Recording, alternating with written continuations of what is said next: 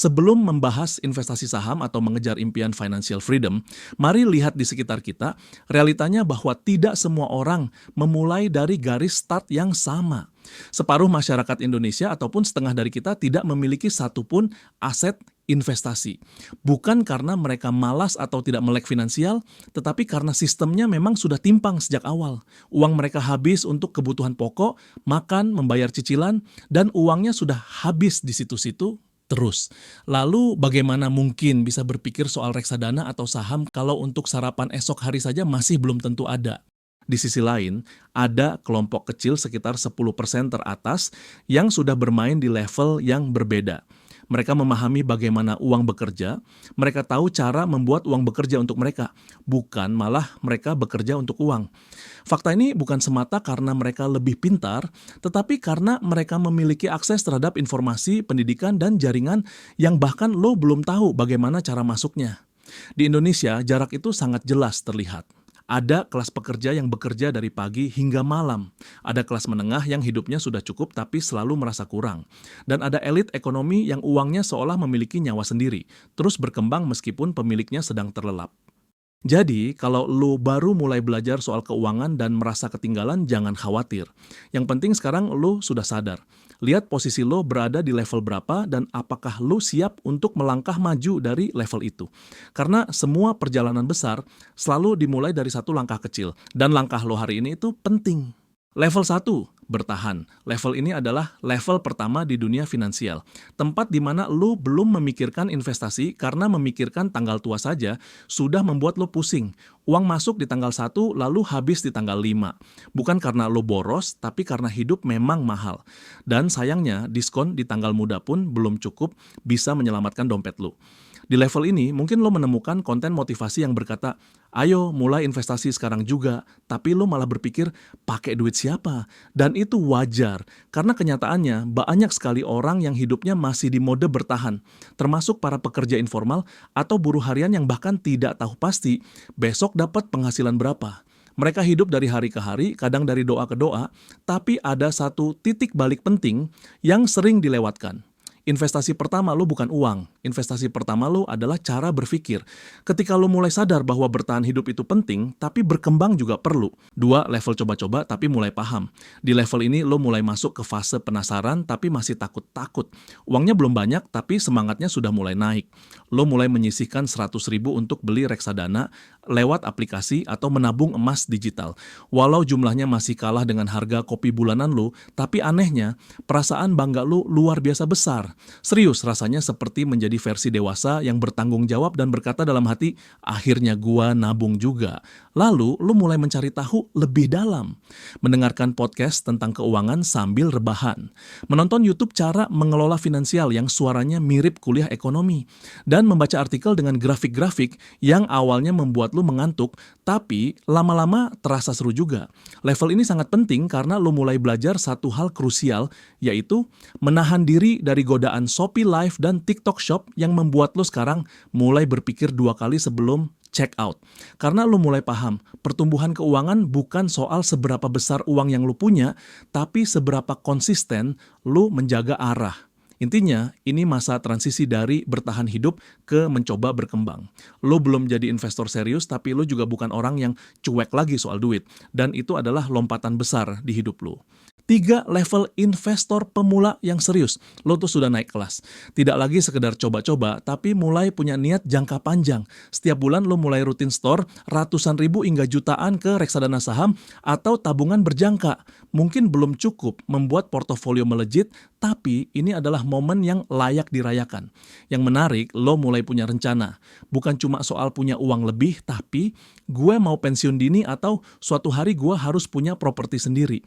Mimpi-mimpinya makin konkret, tidak lagi sekedar khayalan di siang bolong. Gaya investasi lo juga berubah dari yang tadinya tebak-tebakan jadi lebih konsisten. Dulu lo mudah tergoda saham viral. Sekarang lo lebih tenang, sudah paham bahwa konsistensi itu lebih manis daripada spekulasi. Lo mulai mengerti konsep financial independence dan tidak ingin bekerja seumur hidup hanya untuk membayar tagihan. Lo ingin bebas, bukan cuma bebas dari utang, tapi juga bebas dari tekanan hidup yang terus mengejar tanpa henti. 4. Jadi investor beneran. Selamat datang di titik di mana investasi lu mulai terasa nyata. Bukan lagi sekedar angka di aplikasi, tapi mulai memberi dampak ke arah hidup. Sekarang lu bisa store jutaan per bulan ke berbagai instrumen, dari saham, properti, hingga bisnis kecil. Gaya hidup masih sama, tapi pola pikir lu sudah berubah total. Lu tidak lagi berpikir soal berapa yang bisa disimpan, tapi lebih ke apa yang bisa diciptakan. Ini fase di mana lu mulai mengenal kata leverage. Tidak hanya menabung, tapi menggunakan uang untuk membuka peluang. Lu tidak hanya memikirkan return on investment, tapi juga apa yang bisa gua bangun dari sini. Contohnya mulai membeli properti kecil untuk disewakan, membuka bisnis online bersama teman, atau menjadi investor minoritas di usaha rintisan. Lo sudah sadar bahwa uang bukan cuma untuk disimpan, tapi bisa menjadi alat untuk tumbuh bersama. 5. Level profesional, bukan pemula lagi. Tahap di mana lu bukan lagi investor rumahan yang cuma ngulik aplikasi sambil ngemil sore-sore. Setoran bulanan lu sudah bukan ratusan ribu atau jutaan, tapi bisa ratusan juta. Lu sudah punya tim keuangan, penasihat pajak, dan strategi yang tidak sekedar mengikuti tren, melainkan dirancang untuk tahan banting jangka panjang. Lu juga sudah kebal menghadapi drama pasar, saham jatuh, kripto merah semua, karena sistem lu sudah kokoh. Lo paham bahwa kerugian sesekali adalah bagian dari permainan panjang. Fokus lo bergeser dari cepat kaya ke bertahan lama. Yang paling keren, lo berpikir seperti CEO. Tidak semua keputusan diambil sendiri, lo tahu kapan harus konsultasi dan kapan harus delegasi. Keberlanjutan lebih penting daripada hasil instan. Ini mirip keluarga konglomerat yang bisnisnya sudah otomatis, mereka mungkin tak muncul di berita setiap hari, tapi pengaruhnya tetap terasa. 6. Level sistem mengelola kekayaan. Di sini kekayaan lo sudah bukan sekedar atas nama pribadi, melainkan tersembunyi rapi di balik perusahaan, yayasan, atau trust di luar negeri. Lo mengerti satu hal penting, untuk bermain di level atas, lo harus tak terlihat.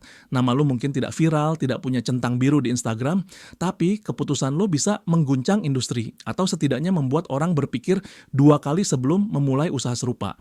Lo juga mulai memikirkan warisan, bukan hanya berupa uang, tapi membangun struktur yang bisa bertahan lintas generasi. Family office lo sudah diversifikasi global, dan mungkin lo sudah mempertimbangkan paspor ganda, biar anak cucu bebas berkarya di mana saja. 7. Menjadi pencipta permainan. Tahap ini menjadikan lo sebagai arsitek sistem, di mana lo tidak lagi sekedar mengikuti aturan permainan, melainkan menciptakan aturan itu sendiri, menentukan bentuk papan catur, siapa yang boleh duduk, dan bagaimana langkahnya. Lo tak lagi sibuk mengeklik beli saham satu persatu karena lo beli perusahaannya langsung. Lo duduk di dewan direksi, lo ikut merumuskan strategi dan memiliki suara dalam arah bisnis. Lo tidak lagi menjadi target iklan investasi, melainkan tempat investor lain mencari peluang. Mereka datang dengan proposal dan lo tinggal memilih tanpa perlu bersusah payah mencari cuan. 8. Menjadi warisan peradaban. Akhirnya lo mencapai level tertinggi. Tempat uang bukan lagi tujuan, tapi alat untuk meninggalkan legacy. Lo tak lagi bertanya berapa cuan, melainkan apa dampaknya 30 tahun ke depan. Mindset lo berubah total, dari ingin kaya menjadi ingin berarti. Lo membangun hal-hal yang akan terus hidup meski lo sudah tiada, universitas, rumah sakit, perpustakaan, lembaga budaya, atau yayasan sosial yang membantu tanpa pamrih. Lo tidak mengejar return jangka pendek, tapi legacy jangka panjang. Nilai-nilai yang lo tanamkan mengalir lewat generasi demi generasi. Nama lo mungkin tertulis di batu prasasti, tapi yang lebih penting adalah jejak hidup dan inspirasi yang lo tinggalkan. Sebelum kita akhiri, gue minta lo ingat satu hal yang enggak kalah penting dari semua teori finansial yang pernah lo denger. Jangan sampai lo terlihat sibuk, padahal sebenarnya lo cuma muter-muter di tempat yang sama. Banyak orang bilang mereka lagi investasi, padahal kalau kita jujur, mereka cuma lagi berjudi. Enggak sedikit yang pakai kartu kredit buat beli saham, cuma karena takut ketinggalan tren. Di awal kelihatan keren, apalagi kalau cuan. Tapi kalau lo sendiri nggak ngerti kenapa lo masuk ke situ, itu bukan strategi. Itu stres yang lo bayar sendiri. Kayak mancing di kolam kosong tapi umpan lo emas. Mewah tapi sia-sia. Investasi sejati itu bukan soal seberapa banyak aplikasi keuangan yang lo punya. Bukan soal seberapa sering lo buka grafik atau seberapa update lo sama berita pasar. Investasi sejati itu soal arah. Soal ngerti alasan lo naruh uang di situ. Soal punya rencana jangka panjang, bukan cuma ngandelin keberuntungan atau noise dari timeline. Jadi sekarang pertanyaannya sederhana tapi dalam. lu lagi membangun sesuatu, atau lu cuma pengen kelihatan sibuk biar nggak ngerasa ketinggalan. Karena di zaman sekarang, kesibukan bisa jadi pelarian. Bisa jadi tameng dari rasa takut, rasa nggak cukup, atau rasa nggak tahu mau kemana. Dan sebelum lo pencet tombol beli, coba tarik napas sebentar. Tanyain ke diri lo sendiri, ini keputusan sadar atau cuma impuls karena semua orang lagi rame ngomongin hal yang sama? Jangan sampai lo ikut lomba lari, tapi bahkan nggak tahu garis finishnya di mana. Ingat, tujuan akhir dari perjalanan ini bukan cuma sekadar jadi kaya, tapi jadi orang yang tahu kemana dia melangkah. Yang sadar arah, sadar tujuan, dan sadar bahwa lo punya kendali penuh atas hidup lo. Atas apa yang lo bangun, pelan-pelan tapi pasti. Dan mungkin di situ baru lo bisa nemuin arti dari jadi benar-benar merdeka. Terima kasih udah nonton sampai akhir.